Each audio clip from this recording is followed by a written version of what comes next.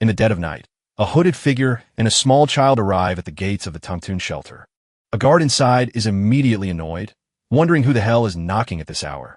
He marches to the gate and tells them to get lost, claiming the shelter is completely full. The hooded guardian pleads, their voice trembling as they explain they have nowhere else to go. As a last resort, they present a strange silver medallion, begging him to just hear them out. The guard's dismissive attitude instantly evaporates the moment he sees the crest. He recognizes the emblem on the medallion. These aren't just any ordinary refugees. Without another word, the gate swings open as he simply tells them to follow him inside. The little white-haired boy looks up, a bit startled, but relieved as his guardian takes his hand. They step into the darkness of the shelter, the heavy gate closing ominously behind them. Deep in the snowy woods, the shelter stands as their only bastion against the cold night. The guard shows them to a sparse room, stating that any talk of rules and fees can wait until morning. He gives them a final dismissive look before announcing his departure for the night. As he leaves, the elderly guardian bows her head, repeatedly thanking him for his mercy. She gently guides the boy to sit on the bed, a small moment of respite after their long journey. Looking down at him, she remarks on how tough it must have been for such a young child. Finally feeling safe, the boy looks up with his big innocent eyes and asks where his mom and dad are. The guardian freezes, a bead of sweat trickling down her face as the heart-wrenching question hangs in the air. Forcing a gentle smile, she lies, telling him his parents will be here soon if he just gets some sleep. The boy, completely trusting her, gives a small, hopeful smile and agrees to rest. As the boy sleeps, the elderly guardian watches over him, but a violent cough racks her body. She looks down at her hand, realizing she's covered in her own blood. Her time is running out. With her last breath, she prays that this child at least gets to be happy. Her strength finally gives out, and she collapses silently onto the edge of his bed. A short while later, our boy stirs from his sleep, sensing that something is terribly wrong. He sits up and gently tries to wake the guardian, asking if she's fallen asleep. But as he touches her, he feels something wet and looks down at his own hand in confusion. His eyes widen in horror as he sees her blood on his palm, the grim reality crashing down on him. He desperately shakes her, screaming her name, but there's no response from her lifeless body.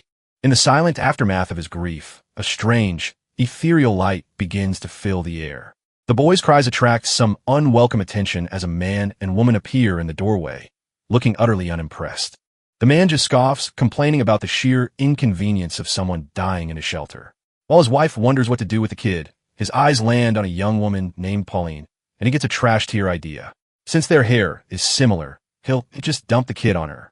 And just like that, our boy is reassigned, ordered to start working alongside Pauline from this day forward. As the couple walks away, the woman grumbles that this isn't a charity, but her husband just sees a new source of income. Turns out this royal charity shelter is a complete sham, a wicked place that exploits children for profit while pocketing government funds.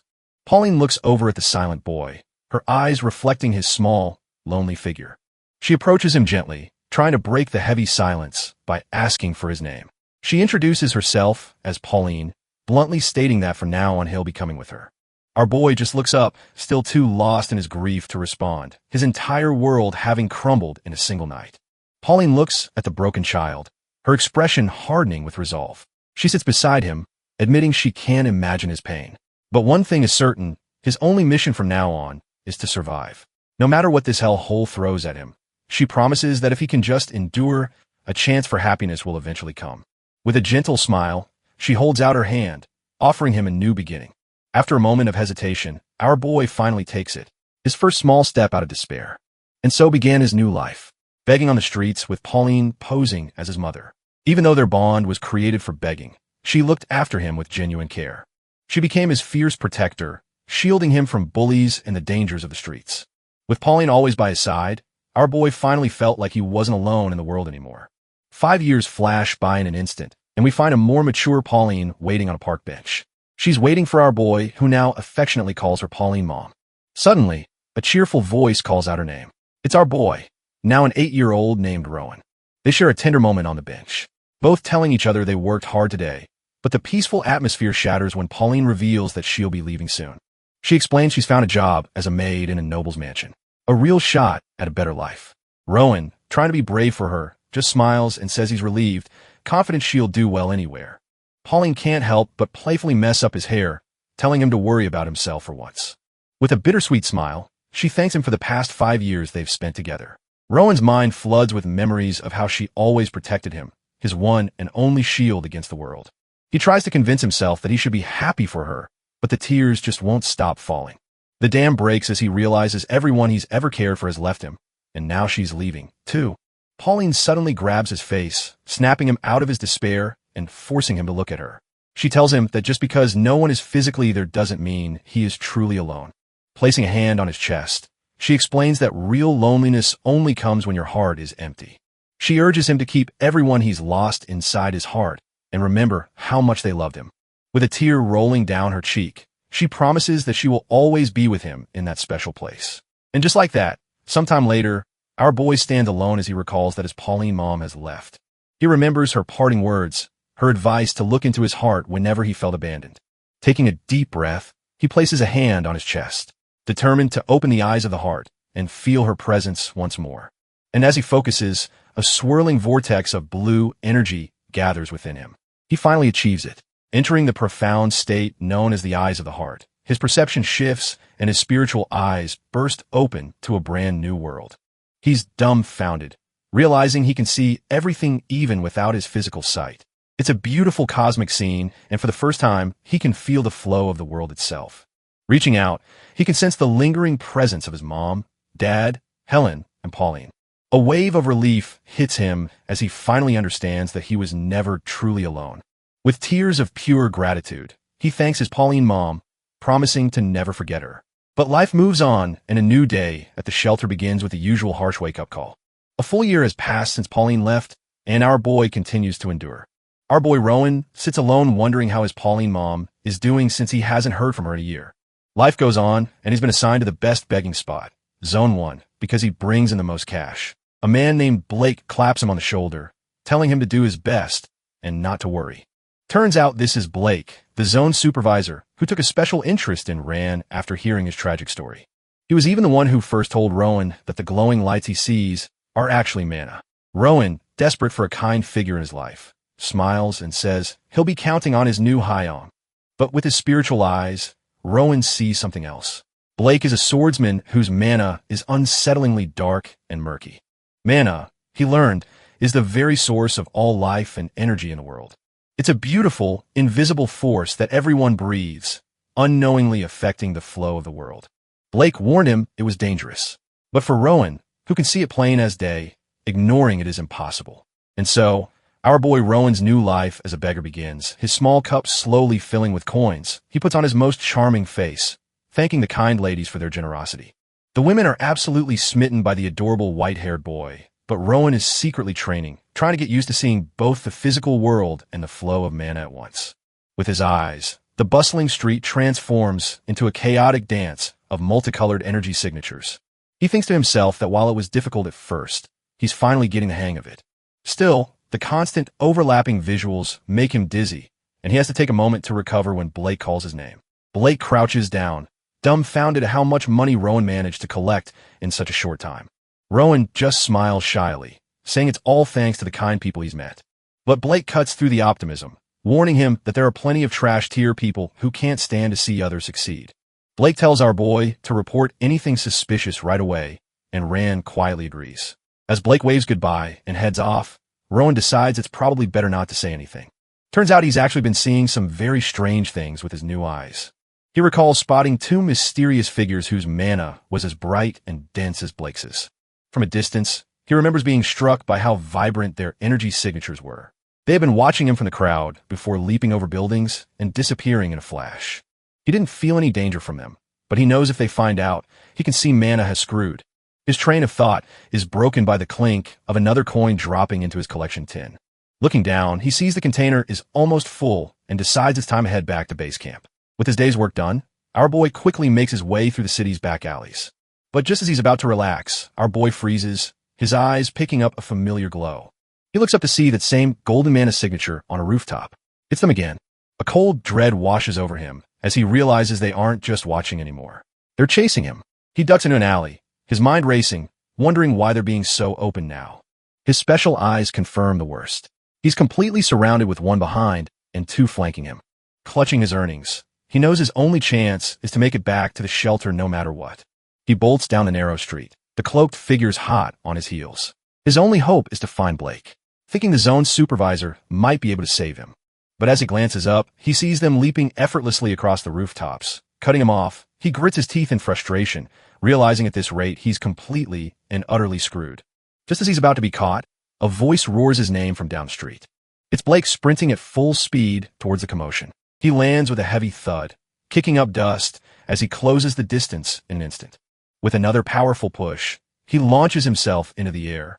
Ran is dumbfounded, but relieved to see his hung has come to save him. Blake scoops our boy up in one fluid motion, telling him to hold on tight.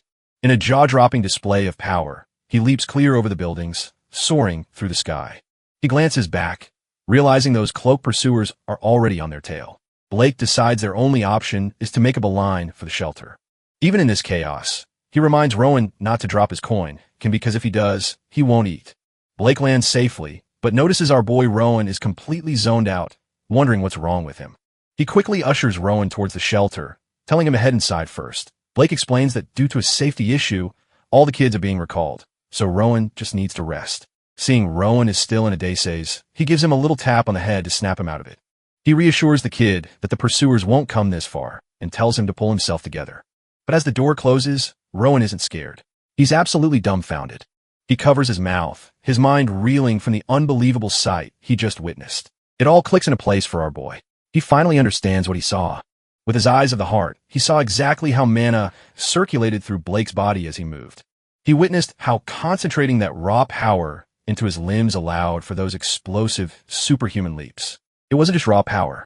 Our boy saw the intricate pathways the mana took like lightning through a body. He recalls how Blake's explosive leaps were fueled by this very energy. A secret now laid bare before him. A spark of determination ignites in his eyes. If Blake can do it, then maybe he can too. Standing alone, Rand decides to try and replicate what he saw. Starting by breathing in the mana around him, he focuses, pulling the shimmering energy into his body and beginning to circulate it just like he witnessed. The goal is to condense this power, storing it within himself to be unleashed when needed. With his eyes closed, a wave of understanding washes over him. He's absolutely sure of it now. A confident smirk spreads across his face as he realizes he's just figured out the basics of using mana. He can barely contain his excitement, eager to test out this newfound power as soon as possible. Suddenly, two other kids appear, confused about why everyone was called back, but Rowan can only shrug equally in the dark. The shelter manager bursts in, slamming the door and yelling for quiet. He tells the kids not to worry, explaining the sudden recall is nothing serious. They're just to wait in their dorms until an inspection is over. Though no one knows how long that'll take, but then his eyes lock onto one person in the crowd, calling out Rowan's name. With a dead serious expression, the manager orders him to pack his things. He's being moved. A short time later, our boy silently follows the manager, clutching the few possessions he owns. They arrive at a massive stone gate where the manager tells him to wait by the side. The manager then meets with another official, handing over some papers and speaking in hushed tones. Rowan watches from a distance, completely clueless about what's being decided for his future. Deciding he can't just stand by, he closes his eyes and activates his mana vision to see what's really going on. Through his mana vision, our boy overhears the official asking if he's the kid who does street fundraising. The manager confirms, adding that the director seems to favor Rowan, possibly because of his looks. The conversation then shifts to an incident in Zone 1 involving the Union and two runners. Rowan's ears perk up at the mention of two runners. His mind immediately flashes back to the people he helped escape. He puts two and two together, realizing with a jolt that they must be talking about them. Suddenly, the official spots him and calls him over, snapping Rowan out of his thoughts. The man gestures for Rowan to follow him, his face completely unreadable. Without a word, our boy follows the official through the pristine corridors of the main building. They head up a grand staircase, the silence only adding to Rowan's growing anxiety. Finally, they stop in front of a large, ornate door, leaving our boy to wonder what lies behind it. The official pushes the door open, calling out a name as he guides a nervous Rowan inside. They enter a lavish office where a stern-looking woman sits behind a large desk, clearly expecting them. The official tells our boy to greet her, explaining that she'll be the one managing him from now on. He formally introduces the woman as Amy and then introduces Rowan, adding that the kid probably can't even read. With the handover complete, the official promptly leaves Rowan alone with the intimidating woman. Amy cuts right to the chase, asking his age. When Rowan says he's almost 10, she seems shocked he's illiterate. Our boy admits he never learned, and Amy scoffs, saying, "That's just what you'd expect from a trash-tier dorm kid." But then she leans in telling him she'll teach him to read, and that while he must call her teacher in class, he can call her Nuna outside of it. Ran is completely dumbfounded by this sudden offer of kindness and asks why on earth he needs to learn to read. Amy is shocked he doesn't even know about the reading recital. Realizing she has to explain the entire situation from scratch, Amy explains that reading recital are a fancy hobby for high-class folks like authors and nobles. Our boy asks if they do that here, and she confirms they perform for the sponsors. She then reveals the ultimate prize, a special recital for a single kid, which is a one-way ticket to getting adopted. Leaning in close, she's surprised to see this kid doesn't even flinch, thinking he's not easily intimidated. In a shockingly gentle move, she pats his head, leaving Rowan completely stunned by the kindness. With the lesson over, she simply tells him to follow her. She leads him into a room with other kids, introducing him as Rowan and warning him to get along with everyone. Pointing to a corner, she tells him that's his new spot. Before leaving, she gives him one last command to stay quiet, then shuts the door behind her. As Rowan marvels at having his own wardrobe, one of the other boys quietly approaches him from behind. The kid asks if Rowan really came from the dorms, completely shocked when our boy confirms it. He introduces himself as Theo, admitting it's his first time ever seeing someone from the dorms, and starts introducing his friends. He points out the rest of the crew, Noah, Hayden, and Lilia. Seeing Ron's guarded stance, Theo reassures him they aren't like the other kids and won't hurt him. He explains that in this room, they don't have to do street fundraising. Their job is to manage the library. The word books hits Rowan like a lightning bolt, and the group gives him a warm welcome. Later that night, the orphanage is quiet under the starry sky, but our boy is wide awake in his new bed, his mind racing. Hess, remembering a time with Pauline when she told him that books hold all the world's knowledge. She had said his curious nature would make him love reading, sparking a deep desire in him to finally discover what a book really was. Drifting off to sleep, our boy whispers that his wish finally came true. All thanks to Pauline. Time passes, the seasons change, and Rowan's life is about to take another turn. Just like in the stories he's now reading, a new chapter of his life begins. Suddenly, someone calls his name, snapping him out of his book in the library zone 1. It's his supervisor, Amy, who tells him to bring over the book he just finished. She reads the titles of the fairy tales he's been devouring, and her expression is less than impressed. Rowan catches a glimpse of her face and thinks he sees a flicker of something strange, almost like disappointment. But she just tells him he's done a good job and can now move on from fairy tales to the novels in Zone 2. Absolutely. Buzzing with excitement, Rowan asks if he can read a little more before bed, and she gives him a nod. He can't believe it. He's finally getting to read the books for adults in Zone 2, imagining all the amazing stories waiting for him. Our boy is like a kid in a candy store, overwhelmed by all the exciting new books in Zone 2. While browsing, his eyes lock onto a particularly thick, important-looking volume. The title mentions the Grafton Kingdom and something called the Union, which sounds vaguely familiar. He opens it to a map and is stunned to see just how small and remote his own corner of the world really is. Flipping through the pages, he learns about a great war that ended with the world being organized into 6 autonomous kingdoms. To maintain peace, a king founded the Union, an organization that's apparently kept the world stable for over 200 years. This makes Rowan wonder if they're the good guys. But then he remembers Blake from the Union fleeing the shelter. He realizes one thing is certain. The shelter and the Union are on terrible terms, and the shelter is hiding the truth about that day. A dark thought consumes him as he clutches the book. What exactly are they so desperate to keep secret? As his determination to find the truth solidifies, a brilliant teal mana begins to flare up from his hand. Our boy Rowan is getting a handle on his power, feeling the mana swirl around him as he practices in the library. He takes a deep breath, satisfied with his progress after putting a book back on the shelf. He knows it's not a complete mastery yet, but he's proud that he can now circulate mana while moving. He remembers his trash-tier days as a beggar when he could only sit still to breathe in mana. But the situation has changed, and he's been grinding hard to circulate mana, even while reading. Still, he's hit a wall. The mana density isn't increasing, but he resolves to just take it one step at a time. Suddenly, all the children are called to assemble with Amy and the shelter manager's wife standing at the front. The two women exchange a knowing, almost sinister look, ready to begin whatever this is. The manager's wife scans the crowd of kids, coldly assessing their condition to decide who gets picked. She finally calls out 3 names, Theo, Lilia, and Noah, leaving the other children dumbfounded. And then, to his complete surprise, the manager's wife calls out our boy Rowan's name. She leans in close, telling him he's not actually good enough for the reading recital, since he's just a beginner. But she adds with a creepy smile, his pretty face will make the event look nice, so his only job is to observe. Playing along, Rowan just bows his head and thanks her for the backhanded consideration. Amy then claps her hands, ordering the 10 chosen kids to get changed and head to the reception hall. As you'd expect, some of the other boys are seething with jealousy, muttering about how unfair it is. But all that saltiness vanishes when Rowan walks out in his new suit. Even Theo has to admit he looks amazing. Our boy thanks him for the compliment before Amy with a smug look points him to his designated seat. The 10 kids are all seated at a long, fancy table, looking less like readers and more like items on display. Just as they're getting settled, Amy announces that the guests have arrived and the real show is about to begin. The doors swing open and in walk the noble patrons with the shelter manager's wife ready to kiss some serious butt. But as they look over the children, one of the ladies, a blonde noble woman, stops dead in her tracks, completely dumbfounded. Her mind flashes back to a cold day and a beggar's bowl filling with coins. She remembers a small hooded boy with piercing teal eyes, thanking her for her kindness. It was our boy Rowan back in his trash Tier Street days, and she'd been moved by his sincerity. Snapping back to the present, Rowan stands up and greets her with a beaming smile, genuinely thrilled to see the woman who helped him. The manager's wife is floored that Lady Caroline knows this orphan, but the noble woman just explains she saw him begging once.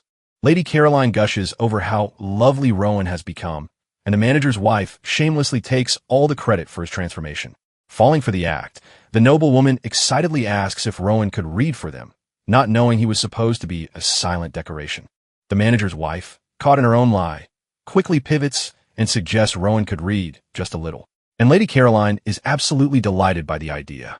Lady Caroline reflects on the strange twist of fate, never expecting to meet that beggar boy again. Our boy Rowan is just as confused, wondering why seeing her again stirred up emotions he tried to ignore. It was an impulse he couldn't control. His heart just took over before he could think.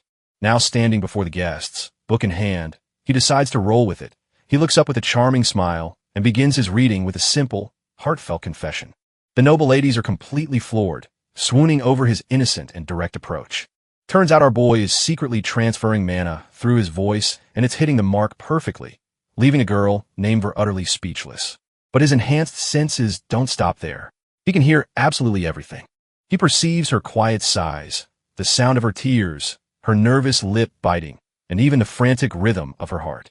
Meanwhile, Lady Caroline is blissfully unaware, thinking this is just a wonderfully blessed and beautiful recital. Rowan plays the part of the humble prodigy. While Lady Caroline and the director's wife are so charmed, they're already begging for an encore tomorrow. With the performance over, our boy slips away to the second library, his real work just beginning. He reflects on his performance, realizing that even with his special eyes, controlling mana flow is still limited by his trash-tier physical body. To fix that, he's not reading fairy tales. He's diving into complex books on the laws of movement and the human body. While searching for another text that might give him an edge, he stumbles upon a peculiar red book. Suddenly, Blake appears out of nowhere, teasing him for reading a book about understanding the sacred. Blake thinks our boy is just acting cool, saying it's normal for kids his age to be curious about this stuff. But Rowan is genuinely dumbfounded. Turns out Blake just heard about the recital and felt bad for missing it, so he came to check in on him. Rowan notes that Blake must have been on duty, but Blake admits he's just been swamped with other things lately. Crouching down, he gets serious, revealing that the thugs who used to bully Rowan are causing trouble again, and he's been busy dealing with them. Blake just melts, saying it's a shame Helm missed the recital. But Rowan's concern really lifts his spirits. But our boy's mind is racing. According to a book he read, someone like Blake is probably a bad person. He's completely torn because this guy has only ever been kind to him. So, does that make him a good person after all? The confusion melts away as Blake gives him a good old-fashioned head pat, and Rowan can't help but feel a little warm inside. He tells Blake not to worry about the recital, feeling confident that there will be plenty more chances in the future. As they part ways, Rowan genuinely warns him to be careful out there, but Blake just brushes it off with a casual, "Do your best, kid." He gives Rowan one last piece of advice. Read that weird book when he's not busy and not to overwork himself. And with a final click of the door, Blake is gone, leaving Rowan alone with his thoughts. His mind immediately flashes to what Blake said about the thugs, connecting him to a shady organization known as the Union. Staring out the window, Rowan can't help but wonder what a real, all-out battle between two mana users would actually look like. Our boy is lost in thought, a single question burning in his mind about his own capabilities. He wonders just how strong he's become and if he could even hold a candle to monsters like Blake or that Union thug. Deciding to test it out, he takes a deep breath and channels his mana directly into the mysterious red book. An intense surge of power flows from his hands, causing the ancient symbols on the cover to blaze with an eerie light. But the book clearly wasn't built for that kind of juice, and with a sudden rip, it tears clean in half. Rowan just kneels there, dumbfounded, thinking what a complete and utter waste that was. Just then, a knock echoes from a nearby door, and the vice principal's voice calls for him to enter. He walks in and politely asks why she summoned him, looking a little confused. The shelter manager's wife sits at her desk, hesitating for a moment before explaining the situation. Meanwhile, a trio of jealous girls are already gossiping about the fact that Rowan was chosen to be the main reader for the recital. Turns out, the other girls were throwing a fit, demanding that the reader perform solo because they didn't want any other noisy voices. The shelter manager's wife was clearly stressed by their demands, but steels herself, promising to do her best. Back in the present, she asks Ran if he can handle it, and our boy confidently agrees, telling her not to worry. Later, she gathers all the children, clapping to get their attention before announcing the special reader for the day. But in a shocking twist, she calls out the name Theo, leaving everyone, especially the blue-haired boy, completely stunned. Theo is dumbfounded, pointing to himself in disbelief as the woman confirms the selection and tells everyone to congratulate him. Despite expecting to be chosen himself, Rowan graciously claps and congratulates a thankful Theo. Theo blushes, telling Rowan that since he's so good at reading, he'll surely be sent to a good place soon. And just like that, Theo is escorted away by a man in a suit heading towards a bright, uncertain future. Rowan watches from the window, thinking it's a bit of a shame since Theo was a nice kid. But that feeling of disappointment wouldn't last long. It turns out Rowan's reading skills were so captivating that he became a local celebrity. He was constantly booked to read for noble ladies, leaving him with barely any time to himself. His schedule got so packed that the vice principal had to book him for both morning and afternoon sessions. She admits it's a tough gig, but his talent is just too high in demand to turn anyone away. Our boy, ever the professional, just smiles and says he's grateful that everyone enjoys his work so much. But then he cleverly plays the part of an exhausted artist, asking if he can get some fresh air during his break. The vice principal agrees, but sternly warns him not to wander beyond the backyard, which he happily accepts. The second he steps outside into the sunlight, however, his real motive comes to light. This wasn't about resting. It was a precious, stolen moment to secretly practice circulating his mana. With his eyes now glowing with power, he focuses, using every spare second to hone his newfound abilities. He visualizes his own body, mapping out every muscle and joint to draw a perfect path for his energy. With his core as the epicenter, he forces raw mana to flow through these newly imagined vessels. He knows it's all about willpower. Pure, unadulterated intent is needed to command the mana. A brilliant flash of light erupts from him as he successfully completes a full circulation. Our boy opens his eyes, the raw power still crackling in the air around him. He lets out a sigh, realizing the only issue left is his low mana density, and he thinks his own body is the bottleneck. But he quickly checks himself, remembering that building a flawless foundation is more important than a reckless rush for power. His mind flashes back to the day Blake had to carry his broken body all the way to the shelter. He recalls how even the Union members chasing them were losing steam, revealing a weakness in using stored mana. This memory triggers a new line of thought, and he begins to ponder the nature of accumulated mana. He remembers repelling external mana with his voice and wonders if he could actually control it. Picking up a leaf, he theorizes that if mana has form or weight, it should be possible. He focuses his will, reaching out to the ambient mana in the air around him. And just like that, the leaf floats in his palm. He knew it was possible. The scene shifts, and an announcer declares that today's special reader will be a girl named Lilia. The other orphans offer their congratulations, but the mood feels strangely somber. Lilia nervously approaches Rowan, stammering, clearly wanting to say something to him. She's flustered, admitting that while it's nice to be chosen, the whole situation feels strange.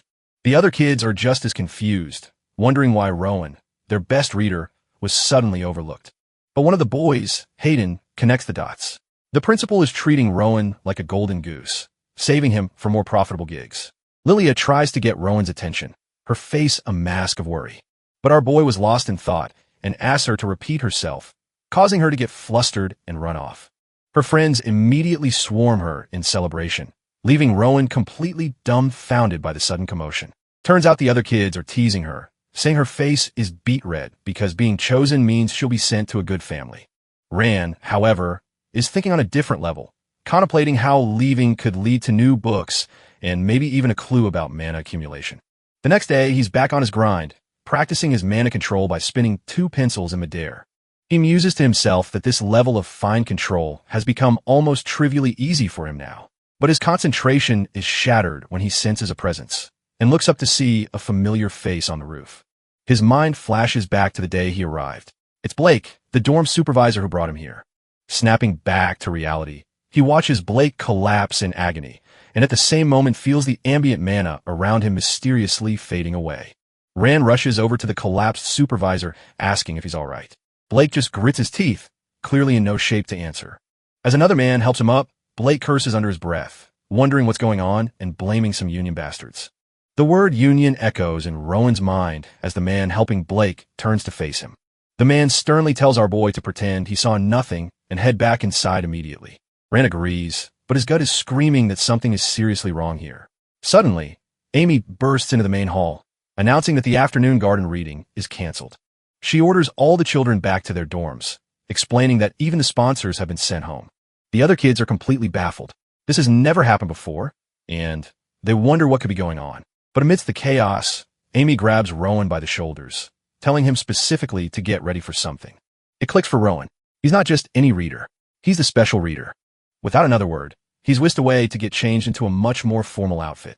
As he puts on his coat, he can't shake the uneasy feeling Amy's words gave him. He remembers her telling him to prepare, calling him the special recitation, her expression far too serious for comfort. His mind flashes back to the injured supervisor, connecting the dots. The union's attack is definitely why everything was canceled. He's then led down a quiet hallway, the sound of his own footsteps echoing nervously. Amy turns back to him, a strange look on her face as she leads the way. Startled, our boy calls out to her, realizing they aren't heading back to the dorms at all. He asks if they're going directly to the sponsor, his gut screaming that something is terribly wrong at this shelter. His direct question seems to catch Amy completely off guard, her composure faltering for just a second. She dodges the question, simply telling him to follow her, her face as cold as stone. Trying another angle, Rowan asks if the kind Lady Caroline requested the adoption, but Amy flatly denies it. When he asks who it is, then she just goes completely silent, refusing to look at him. Without another word, she leads him out of the main building and down a secluded, overgrown path. They finally arrive at a grim, fortress-like building labeled the Shelter Annex, and Amy announces they're here. The moment he gets close, our boy's eyes of the heart go wild. The entire building is practically drowning in dark, murky mana. The massive doors, Isekai, open, revealing a man who welcomes Rowan by name, rushing them to come inside. As the man places a hand on his shoulder, Rowan glances back, his mind racing as he tries to decipher Amy's unreadable expression. The heavy doors slam shut behind them, plunging the entryway into shadow and sealing their fate. Rowan immediately realizes the place has no windows. The darkness inside, far more oppressive than he could have ever imagined. From the darkness, Rowan overhears hushed, panicked voices, one of which he recognizes as the assistant directors. They're talking about some kind of spell and a necessary retreat. But first, he just needs to sit in a chair and read. His eyes land on an ornate book placed on a small table. This must be what they were talking about. With a heavy heart, our boy sits down, placing the mysterious book on his lap, his gut screaming at him to run. He activates his eyes of the heart, trying to get a read on the suffocating mana flowing through this cursed place. His gaze falls upon a gaping dark hole in the floor, swirling with an unnatural purple energy that makes his skin crawl. He's stunned. It's the largest, most condensed mass of mana he has ever seen, just as the manager's voice commands him to begin. Taking a deep breath, Rowan announces he will start the recitation and begins reading the first passage aloud. As he reads, he feels an invisible, enormous pressure from the hole. It's ominous mana washing over him. The words on the page are more than just a story. They're filling him with a sudden, overwhelming torrent of emotions. He's hit with a wave of emotions from the hole. Loneliness, anger, sorrow, and even pity. It clicks in his head. The massive blob of mana is actually listening to his recitation. But the more he reads, the more he feels his own life force being drained away into the abyss. He panics, realizing he can't let this thing steal all of his mana, or he's a goner. While the annex manager watches from the door, our boy tells himself to just hold on, hoping the union will show up soon.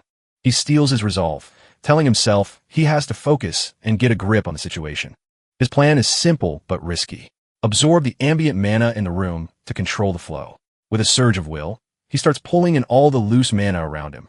His own bright blue energy clashes violently with the dark, corrupting mana from the hole. In a flash, he creates a protective barrier, shielding himself from the relentless drain.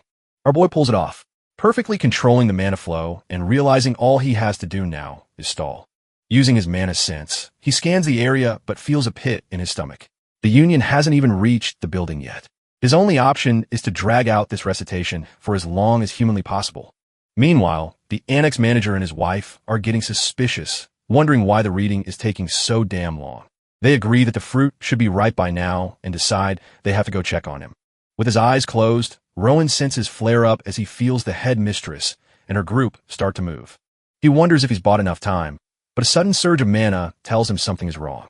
His eyes snap open as he realizes with a jolt they're here. Turns out it's the annex manager, desperately trying to force open the massive sealed door to the ritual room.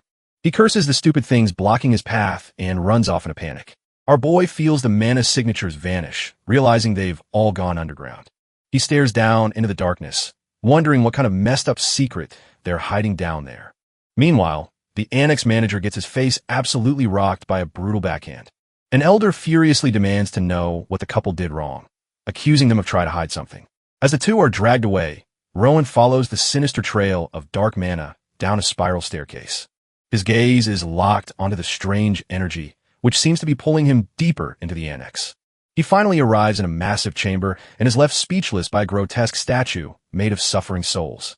But as he looks closer, he realizes with dawning horror that it's not a tree, it's something else entirely. At the center of the horrific monument is the petrified form of Pauline, impaled by a glowing sword.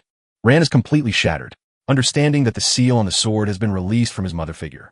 Just as Rowan is reeling, a union supervisor grabs him, furiously, calling him a little rat. Blake suddenly appears, demanding to know what in the world is happening here. The supervisor just scoffs, telling Blake that the dead bodies were just a result of some failed tricks. Blake then presents a shriveled dead fruit, explaining he followed the culprits who ran off. Turns out they were ordered to make one more fruit and brought Rowan, but their plan went sideways. A flashback reveals the gut-wrenching truth. It was Blake who approached the horrific statue. With a grunt, he was the one who pulled the cursed sword from Pauline's petrified chest. The sight triggers a memory in Rowan, a time when he innocently asked Blake where his examiner's sword was.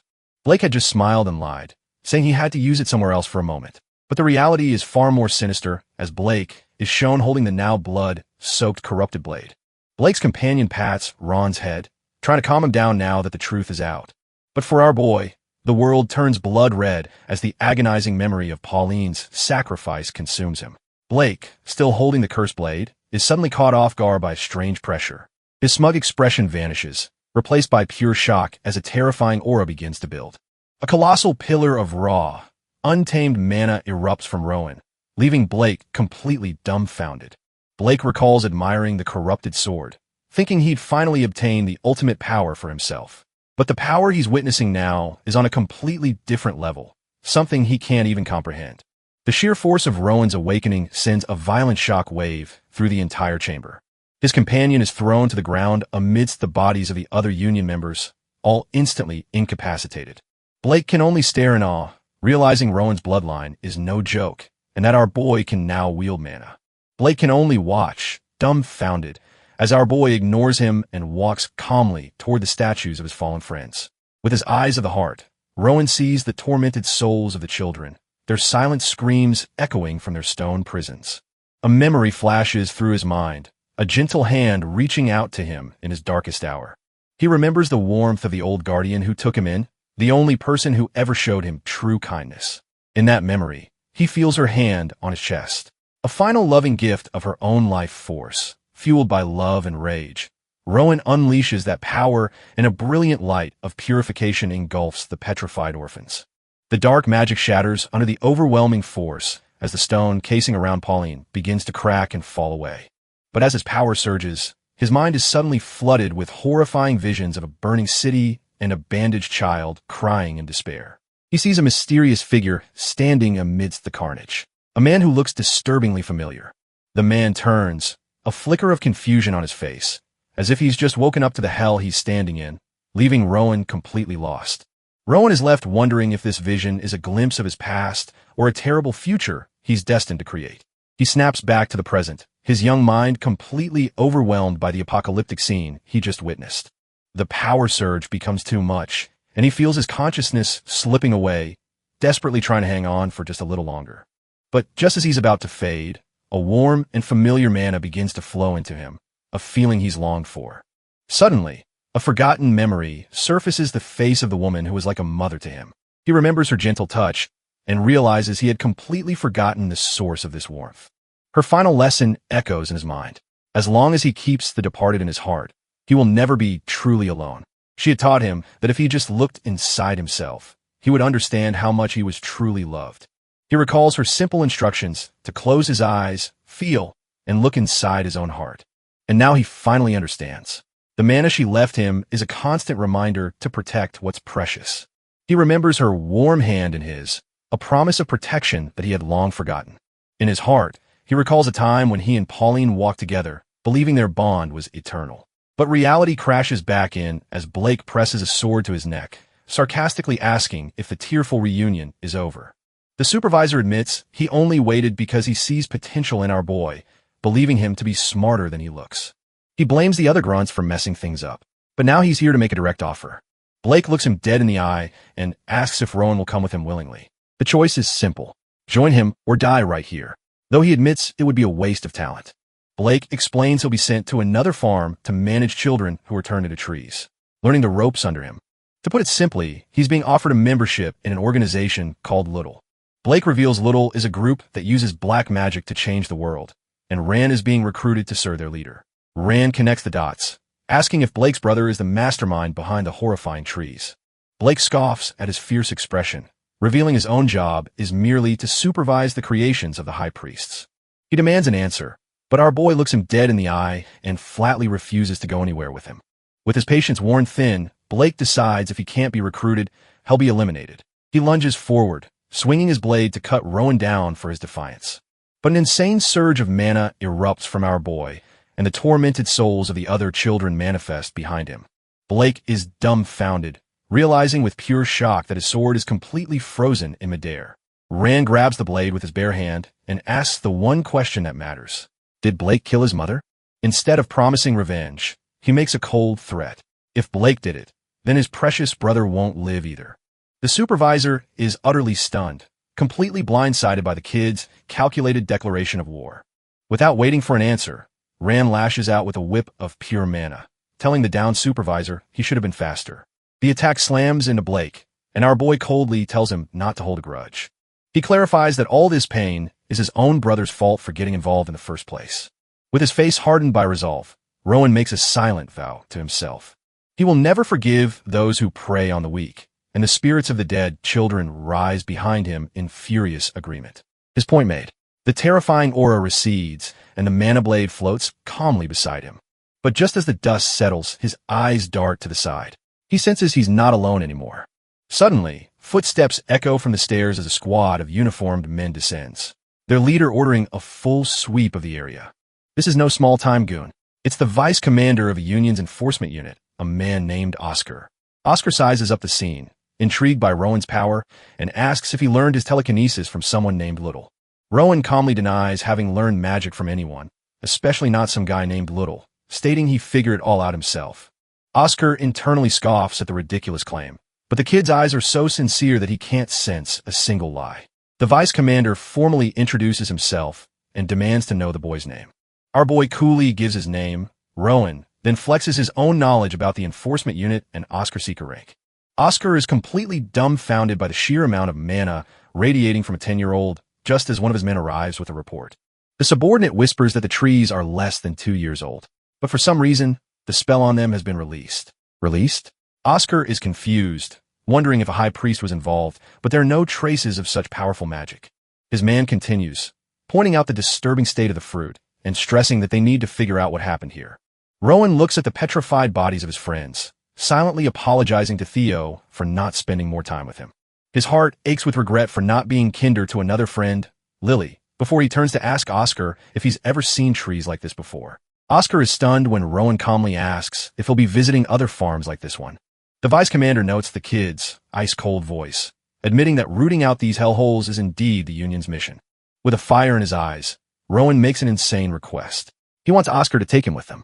Oscar sees through the tough exterior, realizing this kid isn't emotionless.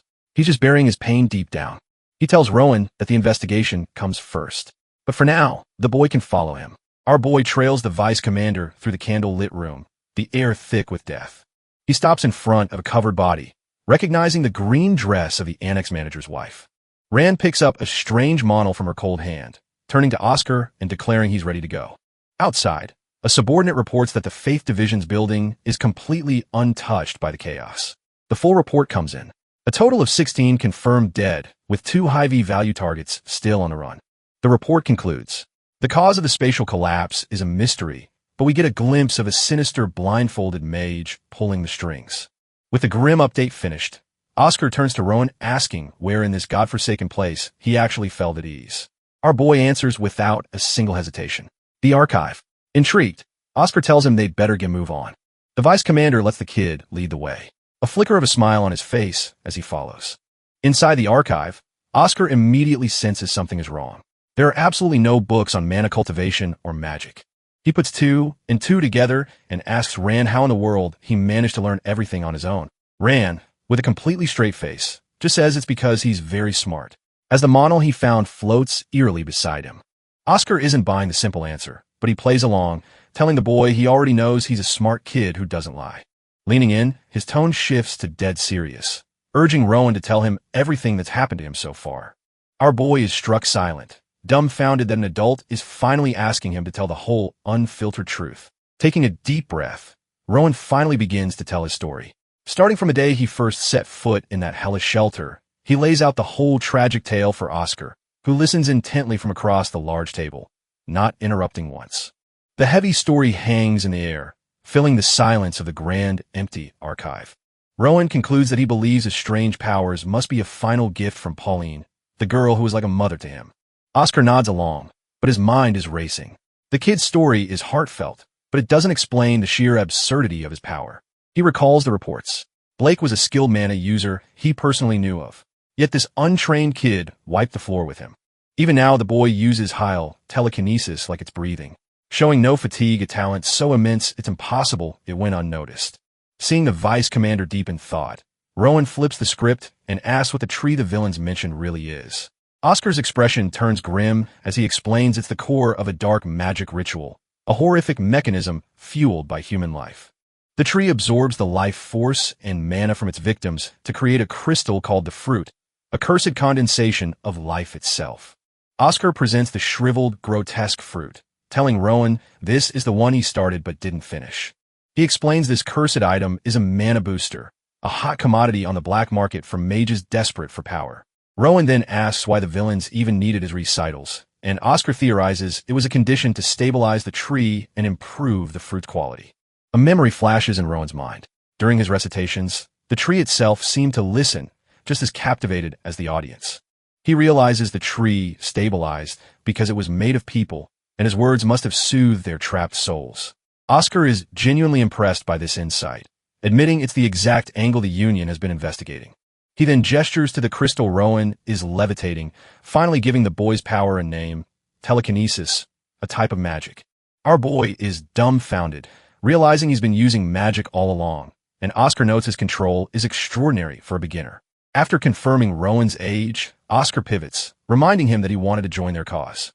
But he cuts deep, asking why Rowan would ever trust the Union after being so brutally betrayed by the very people who pretended to care for him. Rand admits he doesn't trust the Union completely, but there's something else at play.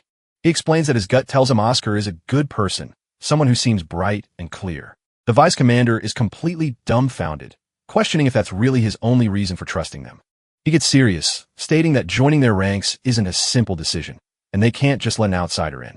Rand immediately thinks it's about his powers, but Oscar cuts him off, insisting there are things more important than ability. Our boy's ears practically droop with disappointment, looking utterly dejected by the rejection. Seeing his reaction, Oscar quickly tries to clarify that it's not that there's something wrong with him. The real issue, he explains, is that making exceptions isn't easy, and Rowan is simply too young for this line of work. But Rowan's eyes harden, challenging him on whether age is truly more important than what he can actually do. Oscar internally concedes the point. The kid's talent is exceptional, and he did defeat Blake, but that's a separate issue entirely. Oscar explains that in the Union, countless decisions are made based on experience, something that only comes with age. Rowan immediately challenges him, asking if HEZ calling his judgment immature, but Oscar backpedals, saying they've only just met. Looking stressed, Oscar decides to change tactics and treat this as a mock interview to test the kid's character. He asks why Rowan killed the supervisor, and our boy explains it was self-defense since the man was about to crush his head just like he did to others. Oscar presses him, questioning if his judgment was clouded by anger, reminding him that he still killed 2 people.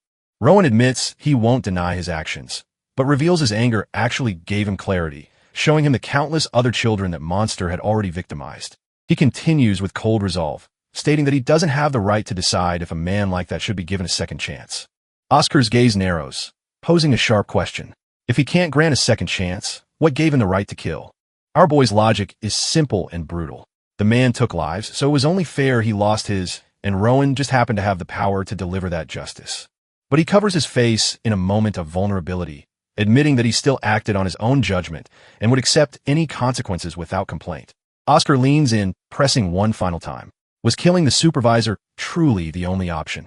Our boy's voice cuts through the silence, declaring that someone simply had to do it. With his mana-filled eyes glowing, Rowan flips the question, asking if that isn't the very reason the Union was created. The vice commander is completely dumbfounded, stunned by the sheer weight and logic of the kid's comeback.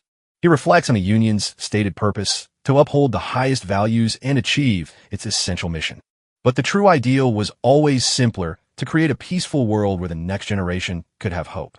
Oscar admits to himself that the boy's insight is impressive, but it's a chilling maturity for someone so young. He changes the subject, revealing a shadowy organization called Grave and confirming that Rattle was one of them. Oscar explains the Union is currently fighting this threat, hinting that Rowan's help could make all the difference. Seeing our boy's confusion, he cuts to the chase with a direct order. Go to the Union. Oscar lays down the terms. If Rowan wants to be accepted, he's got to prove he's not some trash-tier kid. Without another word, he leads our boy to a grand gate where a unit of Union agents is already waiting. The vice commander's eyes are sharp and focused as he prepares to address his troops. The unit is full of hardened faces, including a stoic woman with the distinct pointed ears of an elf. Oscar gives a speech declaring the Dunster shelter was a den of black magic and human sacrifice that the Union has now purged. With their mission laid bare, he gives the order to move out at dawn before calling out for someone named Sienna. The elf-like woman steps forward, her body already swirling with a faint blue mana as she answers her commander's call. Using his eyes of the heart, Rowan is completely mesmerized, seeing her mana flow like a mystical, rippling mist. Oscar officially assigns Sienna her new mission. Escort Rowan, a key witness from the incident, safely to the Union. Sienna introduces herself as a runner of conviction, telling Rowan it's a 2-week trip, but he just replies that he has nothing to pack. Sienna gives our boy one last chance to ask questions, so Rowan immediately asks if she's an elf, only for her to clarify she's a dark elf. Rowan is dumbfounded, blurting out that she seems so bright, unlike the gloomy image he had of her kind. He quickly apologizes for his rudeness, explaining that he finds her more mystical than ominous.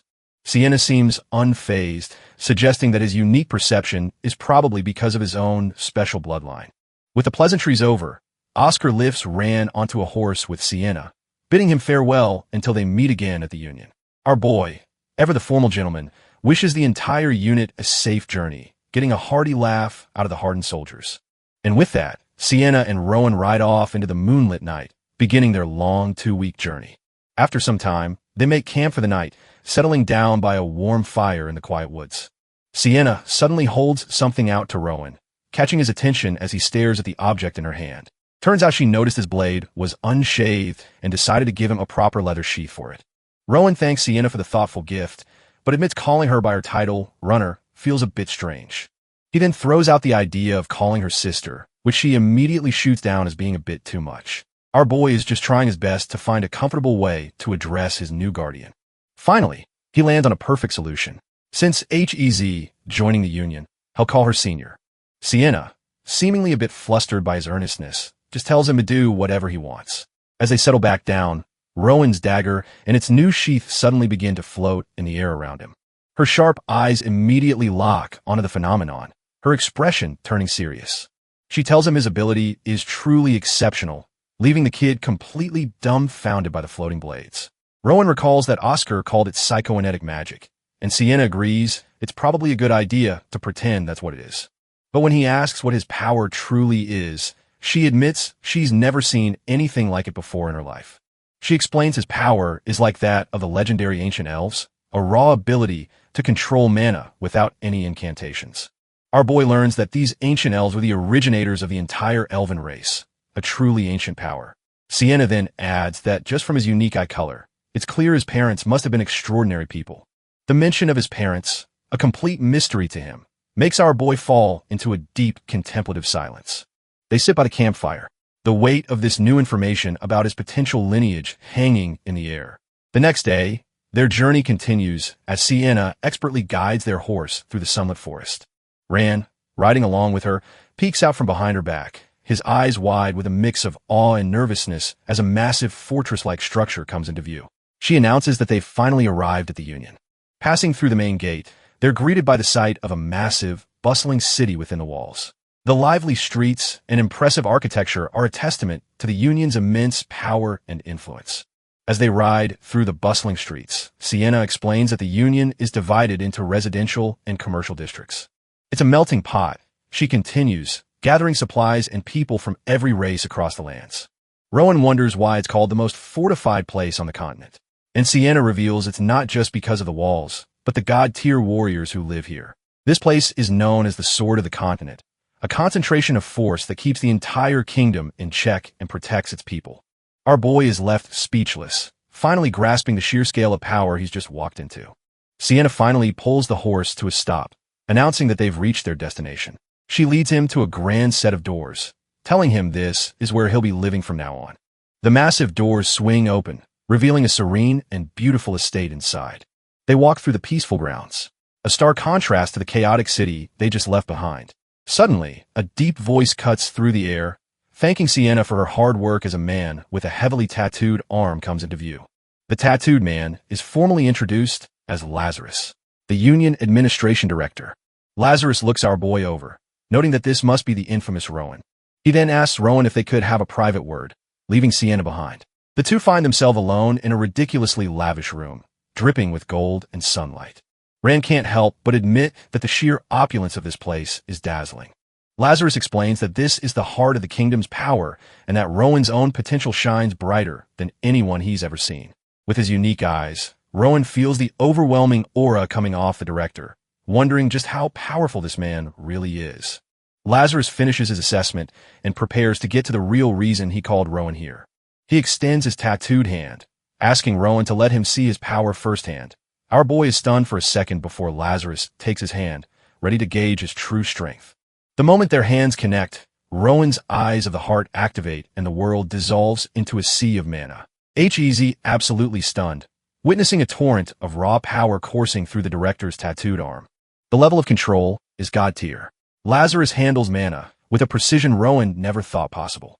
Our boy immediately realizes his own skills are trash tier compared to this masterclass in mana manipulation. As humbled, but also thrilled, understanding now that he's just a guppy in an ocean of sharks. But then Lazarus shatters the moment, bluntly asking if the report about him stealing a brooch is true. Rowan internally clarifies that it was his grandmother's, and Lazarus simply asks to see the reclaimed item. Our boy is taken aback, completely unsure why the director is suddenly interested in his keepsake. He's silent for a beat, trying to figure out what this powerful man is really after. Ran is left utterly dumbfounded, completely confused by this bizarre turn of events. Ran is completely trapped, realizing their mana is so deeply connected he can't even move. He's dumbfounded by the director's insane level of control, where every movement is packed with immense power. Lazarus seems to be testing him, seeing if our boy can withstand the crushing pressure of his mana. Suddenly, the intense pressure vanishes and Lazarus gently returns Rowan's wallet. The director lets out an amused chuckle, a slight smile playing on his lips.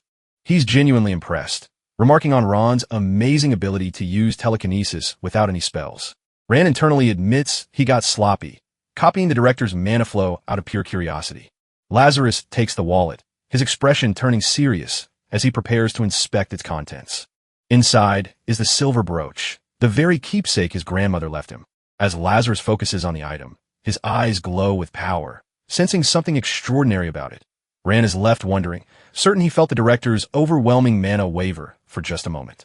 Lazarus hands back the brooch, thanking Rowan for seeing it, and warmly tells him to ask anything he wants. Our boy cuts right to the chase, asking if he's the strongest person in the Union, but Lazarus just laughs it off. The director humbly calls himself an old raccoon, which just confuses Rowan, who points out that raccoons are much fluffier. Lazarus explains he's nothing compared to the real monsters of the Union, like the 7 Rank 7 experts or their leader. He ruffles Rand's hair, telling him he's welcome back anytime, so long as he makes an appointment first. Rand is completely won over, thinking to himself that the director is a kind, good, and incredibly strong person. Later that night, standing before Grand Estate, he feels a wave of gratitude for coming to the Union. Sienna appears beside him, revealing that this impressive building is the Union School, his new home. She explains that for 5 years he'll learn the fundamentals of magic and swordsmanship, which leaves our boy utterly speechless. Our boy can hardly believe his ears. He's never even dreamed of going to a real school.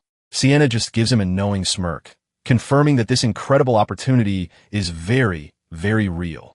As the massive, ornate gates swing open, the sheer scale of his new home leaves him completely dumbfounded. The Union School isn't just some building. It's a grand palace dedicated to forging the future of the Union. Sometime later, Rowan tries on a sharp new uniform as a woman kindly compliments how well it suits him. He politely asks if she's a teacher, and she realizes with a start that she forgot to introduce herself.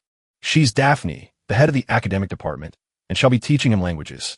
She hands him the first-year schedule, explaining that outside of the required courses, he's free to choose whatever he wants. Looking at the list, mana, swordsmanship, herbalism, Rowan get a rush of excitement, wanting to sign up for every single class. Seeing his excitement, Daphne is taken aback and feels the need to give him a reality check. She gently warns him that with homework and exams, studying isn't always as simple as he might think. Our boy just stares back, completely unfazed, as if the concept of difficult doesn't even register. He innocently asks why studying would be hard, a question that leaves Daphne dumbfounded, thinking this kid is one of a kind. With that peculiar exchange over, she leads him through a set of doors into a new area. Inside, the chatter of other students fills the air. As they get settled before class begins, Daphne brings him to a massive lecture hall, revealing the true scale of the academy he's just joined. Rowan takes it all in, his expression one of pure wonder at this entirely new world. For a boy who grew up on the streets, this formal classroom is more magical than any fantasy. Using his eyes of the heart, our boy scans the lecture hall and immediately confirms his suspicion. Just as he thought, every single student here has mana that's way denser than his own. He sighed, knowing the problem is his trash tier body. Just as Daphne begins to introduce him to the class, she gives him an encouraging look and prompts him to say a few words to his new classmates. Standing before the entire hall, Rowan isn't nervous in the slightest. This scene is oddly familiar. He can't help but smirk, thinking this is no different from his old job reading aloud for nobles. With a voice that carries a strange, captivating power, he introduces himself as Rowan from the Tungtoon shelter. He finishes with a disarmingly charming smile, saying he looks forward to his time with them. But his simple introduction has a bizarre effect, leaving Daphne completely speechless and stunned. The other students watch silently as our boy calmly walks through the lecture hall to find a seat. He takes his place completely unfazed by all the eyes on him, ready for whatever comes next. Daphne, still a bit flustered, starts the lesson and immediately calls on Rowan to read from the literature textbook. He confidently confirms he can read, having learned at the shelter, and Daphne tells him to begin. But as Rowan opens the book, he's dumbfounded. The text is a bizarre, nonsensical script he's never seen before. A memory flashes through his mind of his old teacher, Amy, reading a ridiculous fairy tale about a hairy bride. He realizes with a jolt that this isn't a normal textbook. It's the exact same story Amy used to test him. As he begins to read, his mana-infused voice instantly captivates the entire class, leaving them spellbound. Even Rowan is surprised, wondering why he felt so nervous about this book when reading it feels so natural. He realizes the story as a curse, and he unconsciously saw himself in the tragic characters he was reading about. A memory of Amy flashes by. He laments that without her, he'll never know what she truly felt or intended for him. Back in the present, he continues reading, thinking that understanding people is the hardest lesson of all. As he narrates the character's relief, the entire class is silent, completely captivated by the raw emotion pouring out of our boy. Soon, the room is filled with sniffles as every single student, and even Rowan himself, is moved to tears. The teacher, Daphne, is also a wreck, clasping her hands together as she weeps, utterly stunned by his performance. As sunlight streams through the window, she can only think one thing. An absolutely amazing child has arrived.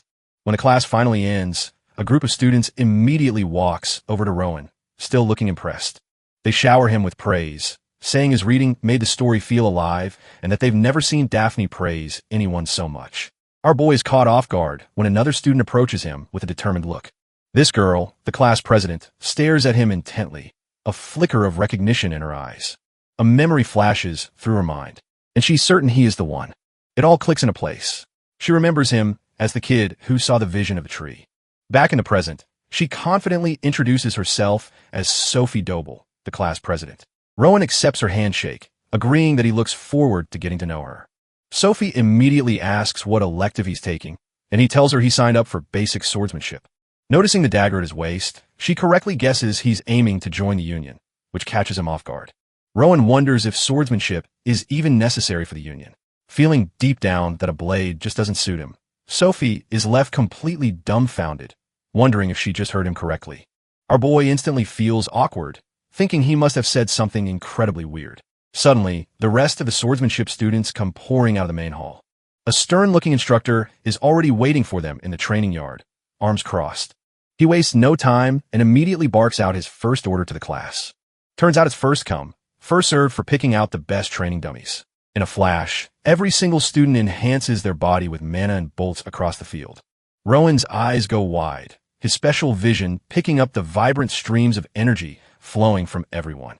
The other students yell for him to hurry up, leaving our boy completely in the dust. Standing alone, our boy finally snaps out of his daze. He realizes that if everyone else is using mana, there's no reason he can't either. With a single push, he floods his body with energy and explodes off the starting line. In an instant, he becomes a white-haired blur, leaving the other students dumbfounded. Sophie Dole is absolutely stunned as he rockets past her. She can barely process what she's seeing, her mind just screaming Ron's name. His unbelievable speed is something she never could have imagined. Now at the front of the pack, Rowan can't help but laugh with pure joy. He's never felt so alive, shouting back at the others to try and catch him. The other students can only shout in panic as our boy blazes past them. Even the swordsmanship instructor is caught completely off guard by the sudden commotion. His eyes lock on Rowan, recognizing the new kid's presence is anything but ordinary. The instructor is stunned. That kind of speed is impossible for a kid his size unless he's already trained in mana circulation. Deciding to observe for now, he barks at the others to keep running until the very end. The class continues their laps, but one student is now miles ahead of the pack. Rowan, meanwhile, is just enjoying himself, wondering if this is what school is like every day. Sophie Doble stares at him, her mind reeling as she questions if this kid is even human. It was one thing to be overtaken, but she can't believe he's already lapped her. She's even more dumbfounded that after all that running, he doesn't even look tired. After the grueling run, the instructor decides the class has had enough rest. He introduces himself as Diego Sanchez, their new basic swordsmanship teacher, and formally greets Rowan. With introductions out of the way, Diego tells everyone to grab a wooden sword from the rack. The other students are completely wiped out, whining that they need more of a break. Diego's gaze lands on Rowan, the only one who hasn't moved an inch. He crosses his arms, demanding to know why our boy isn't getting a sword like everyone else. But as Rowan looks at the weapons, a violent memory of Blake flashes through his mind, has frozen in place, admitting quietly that for some reason he just doesn't want to hold one. Diego's expression sharpens, his eyes boring into the kid. He cuts straight to the point, asking Rowan if he's afraid of the sword. But instead of yelling, Diego acknowledges that a sword is a dangerous tool, and it's admirable to approach it with caution. He places a hand on Rowan's shoulder, telling him that a weapon is just a tool. Its nature is defined by the one who wields it. The words echo in Rowan's mind as he realizes the instructor is trying to help him face his fears. He understands now. If Blake had used a staff, he would have grown to hate staffs instead. The weapon itself is not the enemy. With a new perspective, our boy walks towards the weapon rack, deciding that even if he hates swordsmanship, he can't just run away. His hand closes firmly around the hilt of a wooden practice sword.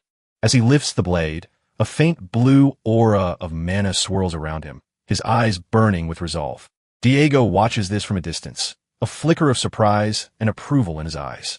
He thinks the kid has amazing potential, but his weak will is a shame, then announces that they'll be sparring in pairs. To kick things off, he pairs Ran with Sophie, declaring that the two who came in first will face each other. Ran and Sophie face each other, both looking a little uncertain about this matchup. They're both completely dumbfounded that the instructor would pit the two top-ranked students against each other first. The other students immediately start gossiping, saying Rowan has no chance against someone from the famous Doble family. Their instructor, Diego, simply stands back with his arms crossed and tells them to begin when they're ready. Sophie doesn't waste a second, lunging forward with a powerful and precise swing. Her eyes narrow with focus, channeling all her energy into this single decisive strike. Our boy is completely stunned by the raw speed and pressure coming off her attack. But Sophie feels something's off.